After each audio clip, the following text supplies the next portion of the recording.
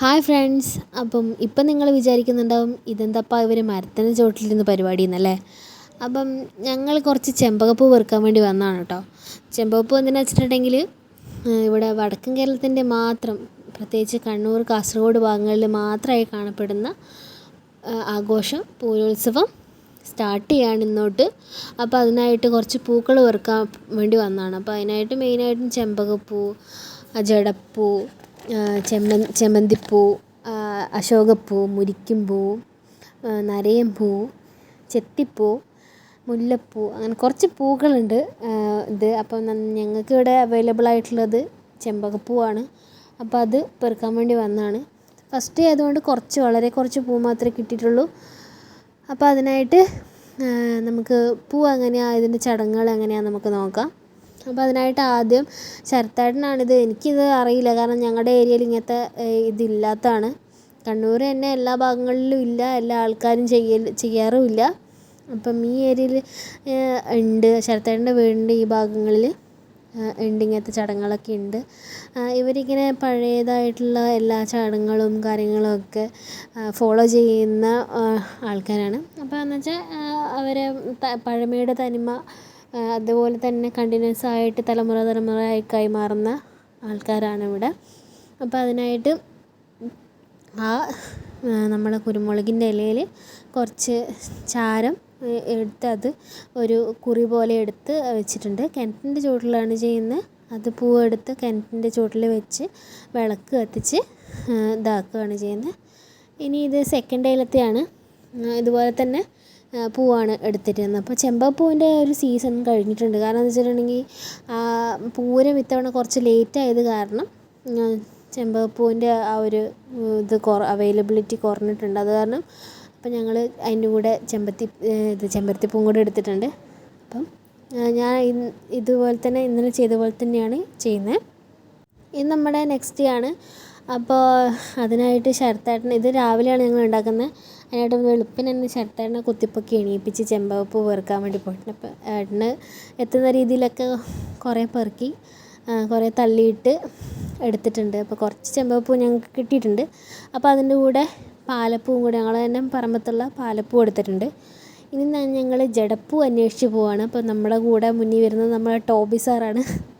പുള്ളി ഞങ്ങളുടെ കൂടെ തന്നെ ഉണ്ടായിരുന്നു. അപ്പോൾ കുറച്ച് ദൂരം മേലോട്ട് കാടല്ല, കുറച്ച് താമസമില്ലാത്ത സ്ഥലത്തിലേക്ക് പോകണം. അപ്പോൾ ഇവിടെ മുന്നേ കണ്ടിട്ടുണ്ട് എന്ന് പറഞ്ഞൊരു അറിവ് വെച്ചാണ് ഞങ്ങൾ പോയത്. ഉണ്ടാകുന്നതും കിട്ടുന്ന ഉറപ്പൊന്നും ഇല്ലായിരുന്നു. അപ്പോൾ അത് നമുക്ക് എത്തുന്ന അടുത്തല്ല ഉള്ളത്, മേലെയാണുള്ളത്. അപ്പം മേലേന്ന് വീണ കുറച്ച് പൂവാണ് കിട്ടുന്നത്. അപ്പം ഈ പച്ച ഡാർക്ക് ഗ്രീൻ കളറിൽ കാണുന്നതാണ് ജടപ്പൂ. അപ്പോൾ ഇവിടെ നിന്ന് നോക്കി നല്ല രസമാണ് കേട്ടോ. ഇനിയാണ് നമ്മുടെ മെയിൻ പരിപാടി. ഇനി നമുക്ക് കാമവിഗ്രഹം ഉണ്ടാക്കണം. അതിനായിട്ട് നമ്മളെ പറമ്പിൽ തന്നെയുള്ള മണ്ണാണ് എടുക്കുന്നത്. വേറെ നല്ല തരിയില്ലാത്ത മണ്ണാണ് വേണ്ടത്. അപ്പോൾ നമുക്കതിന് ഉള്ള മണ്ണ് കിട്ടാത്ത കാരണം പറമ്പിൽ തന്നെ എടുക്കുന്നുണ്ട്. അത് അതിൻ്റെ കല്ലൊക്കെ കളഞ്ഞ് നല്ല പൊടിയായിട്ടുള്ള മണ്ണ് മാത്രമേ എടുക്കുന്നുള്ളൂ. അതിൻ്റെ കല്ലൊക്കെ നന്നായിട്ട് പേറ്റി കളയുന്നുണ്ട്.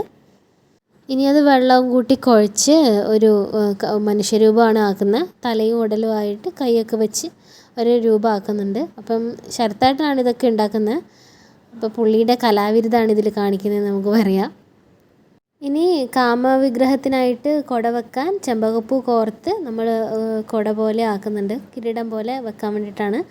അത് ഫസ്റ്റ് ഡേ കാമവിഗ്രഹം ഉണ്ടാക്കുന്ന ഫസ്റ്റ് ഡേ ആയതുകൊണ്ട് ഒരു കാമവിഗ്രഹമാണ് ഉണ്ടാക്കിയത്. കാമന എന്നാണ് പറയുക.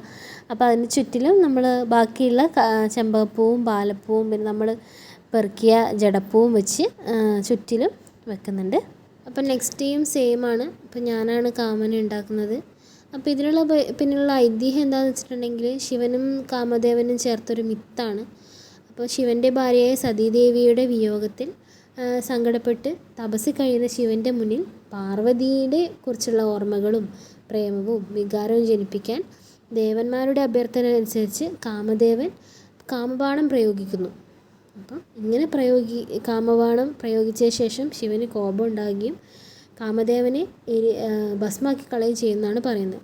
അപ്പം കാമദേവനെ പുനർജനിപ്പിക്കാൻ രതീദേവി കാമദേവ വിഗ്രഹം ഉപയോഗിച്ച് ആക്കി പ്രാർത്ഥിച്ചു എന്നാണ് ഐതിഹ്യം. അപ്പം ഇത് നമ്മുടെ ലാസ്റ്റ് ഡേൻ്റെ വീഡിയോ ആണ്. അപ്പോൾ ഒരു വലിയ കാമവിഗ്രഹമാണ് ഉണ്ടാക്കിയിരിക്കുന്നത്.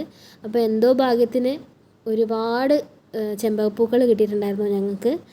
അപ്പോൾ അതൊക്കെ കൊണ്ട് നല്ല കിരീടവും തൊപ്പിയൊക്കെ വെച്ച കാമതി വിഗ്രഹത്തിന് ലാസ്റ്റ് ഡേ നമ്മുടെ വീടിൻ്റെ തിണ്ണയിലാണ് കാമം വരുന്നത്. അപ്പോൾ തിണ്ണയിൽ തന്നെ ആക്കിയിട്ടുണ്ട്. അപ്പോൾ നമ്മുടെ കുരുമുളകിൻ്റെ ഇലയിലാണ് വിഗ്രഹം വച്ചിരിക്കുന്നത്. നല്ല ചെമ്പകപ്പൂ കൊണ്ടുണ്ടാക്കിയ കുട കാമദേവൻ്റെ കിരീടമായിട്ട് ഇതാക്കുന്നുണ്ട്. കൂടാതെ ബാക്കിയുള്ള ചെമ്പകപ്പൂ ചുറ്റിലും ഇട്ട് കൊടുത്തു. അപ്പം ലാസ്റ്റ് ഡേ ആയതുകൊണ്ട് തന്നെ ഇത് നല്ല ഭംഗിയുണ്ടായിരുന്നു. രാവിലെയാണ് ചെയ്യുന്നത്. അപ്പോൾ ഞങ്ങൾ ജടപ്പൂ ഉണ്ടോ നോക്കാൻ പോയിട്ടുണ്ടായിരുന്നു. കുറച്ച് ജടപ്പൂ കിട്ടിയിട്ടുണ്ടായിരുന്നു. പിന്നെ ഇത് നമ്മൾ ഉണ്ടാക്കുന്നത് കാമക്കഞ്ഞിയാണ്. ഉപ്പില്ലാത്ത കാമക്കഞ്ഞി, അതായത് കാമദേവന് വേണ്ടി ഉണ്ടാക്കുന്ന കഞ്ഞിയാണ്. ഉപ്പില്ലാതാണ് കാമദേവന് കൊടുക്കുക. അപ്പോൾ നല്ല പച്ചരിയുടെ അരിയാണ് കഞ്ഞി ഉണ്ടാക്കാൻ ഉപയോഗിക്കുന്നത്. നന്നായിട്ട് വെന്ത് കുറുകി കാമക്കഞ്ഞിയിലേക്ക് തേങ്ങ ഇട്ട് കൊടുക്കുന്നുണ്ട്. നന്നായിട്ട് വറ്റി നല്ല കുറുകിയ കൺസിസ്റ്റൻസിയിൽ വരണം. അത് കാമദേവന് ഉപ്പില്ലാത്ത കഞ്ഞി നമ്മൾ പ്ലേറ്റിലെടുത്ത് മാറ്റി വെക്കുന്നുണ്ട്. നല്ല പാൽക്കഞ്ഞി പോലെ ഉണ്ട്. ഇനി ഉച്ചക്കത്തെ ചടങ്ങാണ് കാമന് കഞ്ഞി കൊടുക്കുക എന്നുള്ളത്. അതിനായിട്ട് പ്ലാവില പറിച്ച് അത് കുമ്പിള് കോട്ടി അതിലാണ് കഞ്ഞി വെച്ച് കൊടുക്കുന്നത്. അപ്പോൾ ഇത് പ്രായപൂർത്തി തികയാത്ത പെൺകുട്ടികളാണ് ഇങ്ങനത്തെ ചടങ്ങുകളൊക്കെ വ്രതമൊക്കെ നോറ്റ് ഇതാക്കുന്നത്. അപ്പോൾ പ്ലാവിൽ കുമ്പിള് കൂട്ടിയിട്ടുണ്ട്. 7 ഇലയാണ് എടുത്തിരിക്കുന്നത്. അപ്പം 7 ദിവസത്തെ 7 ഇലയാണ്. ഇവിടെ 7 ദിവസമായിട്ടാണ് ആചരിക്കുന്നത്. 9 ദിവസങ്ങളിൽ ആചരിക്കുന്നവരും ഉണ്ട്. അപ്പം നമ്മൾ ഉച്ചയ്ക്ക് കാമന് കഞ്ഞി കൊടുക്കാനായിട്ട് ഒരു പറയിൽ അരി എടുത്തിട്ടുണ്ട്. പിന്നെ നല്ല നിലവിളക്ക് കത്തിച്ച് നേരത്തെ 5 തിരിയിട്ട് നിലവിളക്ക് കത്തിച്ച് വെക്കുന്നുണ്ട്. അതിനുശേഷം ഇല വെച്ച് കാമന്, അതായത് നമ്മൾ നേരത്തെ കൂട്ടിയ പ്ലാവിലയിൽ നമ്മൾ നേരത്തെ ഉപ്പില്ലാതെ എടുത്തു വെച്ച കഞ്ഞി വെച്ച് കൊടുക്കുന്നുണ്ട്.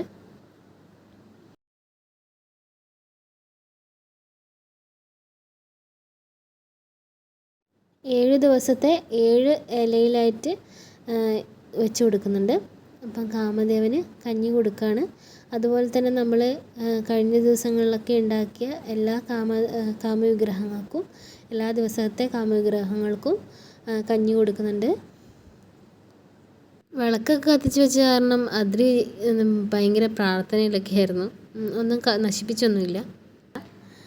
അപ്പോൾ ഇത് കാമന് കൊടുക്കുന്ന അടയാണ്. ഉപ്പില്ലാതെ നമ്മൾ അരിപ്പൊടിയും മൈദപ്പൊടിയൊക്കെ കൂട്ടി കുഴച്ച് പ്ലാവിലയിൽ ഉണ്ടാക്കിയ അടയാണ്. ഇത് സന്ധ്യാനേരത്ത് കാമനെ പറഞ്ഞയക്കുന്ന ചടങ്ങുണ്ട്. അപ്പോൾ അതിന് മുന്നെയാണ് കാമന് അട കൊടുത്ത് വെള്ളം കൊടുത്ത് പറഞ്ഞയക്കുകയാണ് ചെയ്യുക.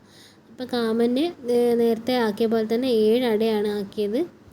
അപ്പം ഉപ്പില്ലാത്ത അട എല്ലാ നമ്മൾ എവിടെയൊക്കെയാണോ കാമദേവനെ ആക്കിയത് അവിടെയൊക്കെ വെച്ച് കൊടുക്കുകയാണ് ചെയ്യുന്നത്.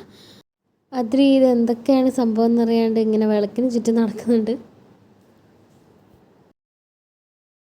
അപ്പോൾ ഇനി കാമനെ പറഞ്ഞയക്കുന്ന ചടങ്ങാണ്. അപ്പോൾ നമ്മൾ ആദ്യമേ ആക്കിയ കാമനെയും പൂക്കളും ഒക്കെ ഒരു കൊട്ടയിലാക്കി വാരിയെടുത്ത് ആണ് നമ്മളെ പ്ലാവിൻ്റെ ചുവട്ടിലാണ് കൊണ്ടുവിടുക. എല്ലാവരും ഒരുമിച്ച് അപ്പോൾ നമ്മൾ ഉണ്ടാക്കിയ കാമദേവനെയാണ് എടുത്തുകൊണ്ട് നമ്മൾ പ്ലാവിൻ്റെ ചുവട്ടിൽ പറഞ്ഞയക്കുകയാണ് ചെയ്യുക. വീട്ടിലെ എല്ലാവരും നമ്മൾ ഇത് എടുത്ത് വെച്ചെല്ലാം കൊട്ടയിലാക്കി തലയിൽ വെച്ച് ആണ് കൊണ്ടുപോവുക. നിലവിളക്കും കിണ്ടിയും വെള്ളമൊക്കെ ആയിട്ട് നല്ല ആർപ്പ് വരവൊക്കെ ആയി കൂകി ആണ് കൊണ്ടുപോവുക. അപ്പം ഞാൻ വിളക്കെടുത്ത് മുന്നിൽ നടക്കുന്നുണ്ട്. പ്ലാവിൻ്റെ ചുവട്ടിലാണ് കൊണ്ടാക്കുന്നത്. അപ്പോൾ ഇങ്ങനെ പോകുമ്പോൾ ഇങ്ങനെ പാട്ടൊക്കെ പാടും.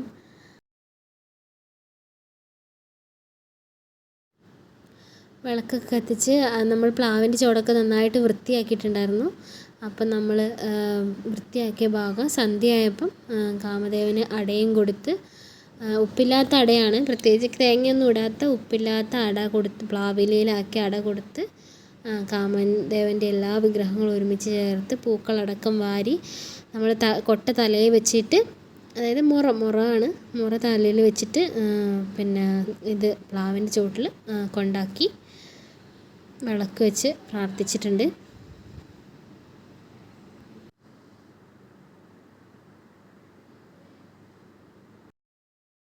ഇത് ശരിക്കും പറഞ്ഞാൽ പോസ്റ്റ് ചെയ്യാൻ വളരെ ലേറ്റായൊരു വീഡിയോ ആണ്. പൂരം വിഷുവിന് മുന്നേ കഴിഞ്ഞാണ്. അപ്പം കുറേ ഹെൽത്ത് ഇഷ്യൂസും അദ്വിക്കിന് കുറേ ഹെൽത്ത് ഇഷ്യൂസ് ഉണ്ടായിരുന്നു. ഒക്കെ കാരണം ഇത് പോസ്റ്റ് ചെയ്യാൻ പറ്റിയില്ല. അപ്പം വളരെ ലേറ്റായിട്ടാണ് ഇത് പോസ്റ്റ് ചെയ്യാൻ പറ്റിയത്. അപ്പം ഇപ്പോഴും ഓക്കെ ആയിട്ടില്ല എന്ന് തന്നെ പറയാം.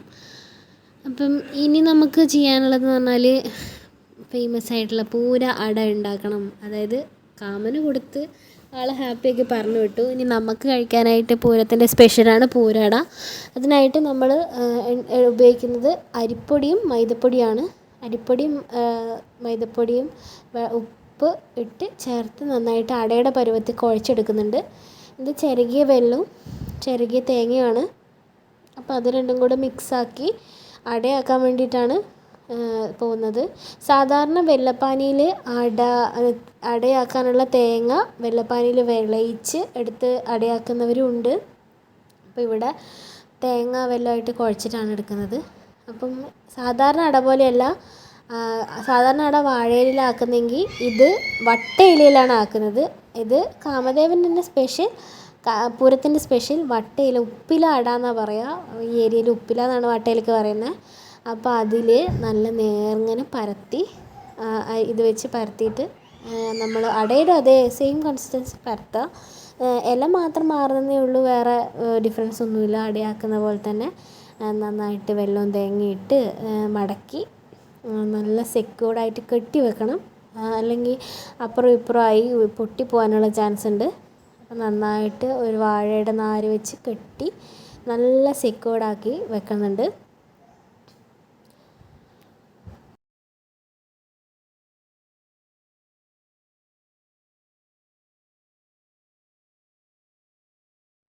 അപ്പോൾ ഞാനും അമ്മയും ആക്കുന്ന കണ്ടപ്പം അച്ഛനും ഹെൽപ്പ് ചെയ്യാൻ വേണ്ടി വന്നിട്ടുണ്ടായിരുന്നു. അച്ഛനാണ് പൊതിഞ്ഞ നമ്മൾ അട പരത്തി വെച്ച ഇലയൊക്കെ നന്നായിട്ട് കെട്ടി വെച്ച് ഇതാക്കുന്നുണ്ട്. അപ്പം ഇങ്ങനെ കുഞ്ഞു കുഞ്ഞ് ചെറിയ ചെറിയ അടയായിരിക്കും ഉണ്ടാകുന്നത്.